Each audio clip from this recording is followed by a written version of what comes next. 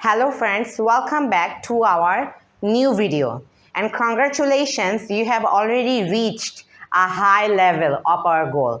Yes, today we are going to end this tense, that is present perfect continuous tense, and our today's part is tense, and today is the final part, the last part of this tense. So this tense is going to be end when this video will be ended.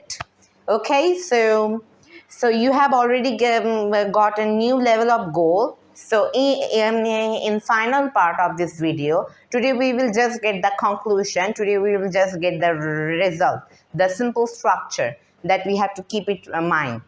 So look at the board up here. I have already written with has, okay, but you can also make the examples with have.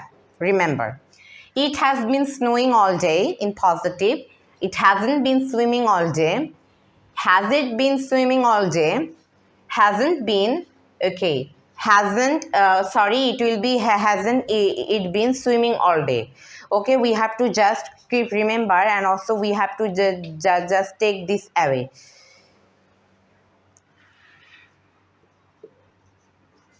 So this is the main structure of this tense, and also you can add the WH word before of this, like what, where, how long, when, both of them positive and negative, because I have already told you multiple times.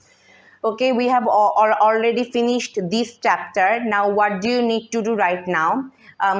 You can just, that is, you can write an essay. Okay, you can write some paragraphs by using present perfect continuous tense. You can write your daily activities. You can choose any kinds of topics by using the present perfect continuous tense.